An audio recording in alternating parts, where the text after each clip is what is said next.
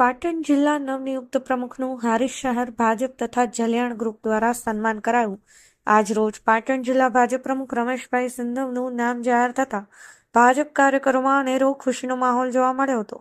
નવનિયુક્ત જિલ્લા પ્રમુખ રમેશભાઈ સિંધવનું જલિયાણ સોસાયટી ખાતે ભાજપ શહેર તથા જલિયાણ ગ્રુપ પરિવાર દ્વારા ઢોલ નગારા ફટાકડા ફોડી આતશબાજી સાથે ફૂલહાર પહેરાવી ભવ્ય સન્માન કરાયું હતું.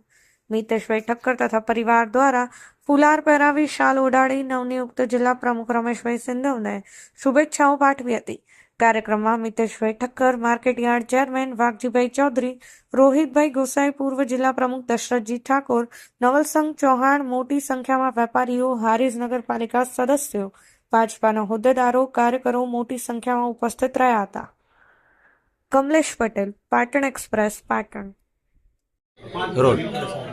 માનનીય મોદી સાહેબ, અમિત શાહ સાહેબ અને CR પાટીલ સાહેબ ત્રણેય જણાએ અમારા ખાસ મિત્ર રમેશભાઈ સિંધવને પાટણ જિલ્લા ભાજપના પ્રમુખ બનાવ્યા છે, તો હું એમને ખૂબ ખૂબ અભિનંદન આપું છું.